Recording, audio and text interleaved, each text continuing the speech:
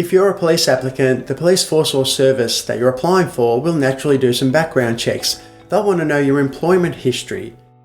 Now that might spark a concern for you if you've had a few jobs where you've been paid cash in hand.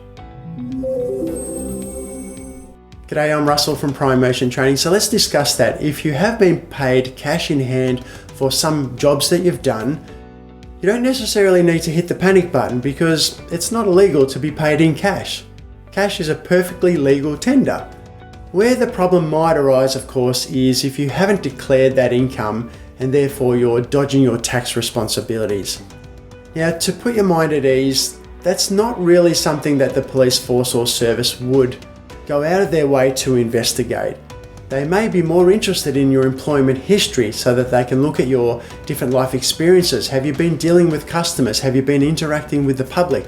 Or have you been sitting out the back in a little box there somewhere crunching numbers? So don't panic too much if you've done some jobs where you're being paid cash in hand. They're not likely to pursue you to make sure that you paid your taxes for those couple of jobs that you might have done.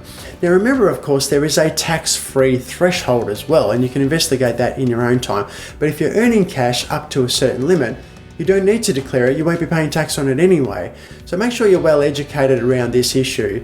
If you're turning up for your police entrance exam in your Porsche and you've been studying for the last 5 years and doing some odd jobs around the place, that might raise some eyebrows. But aside from that, you're probably pretty safe. Just don't abuse that situation. And of course, make sure you declare everything and pay your tax. All right, well, I hope that put you at ease a little bit. I look forward to chatting to you again in another video soon.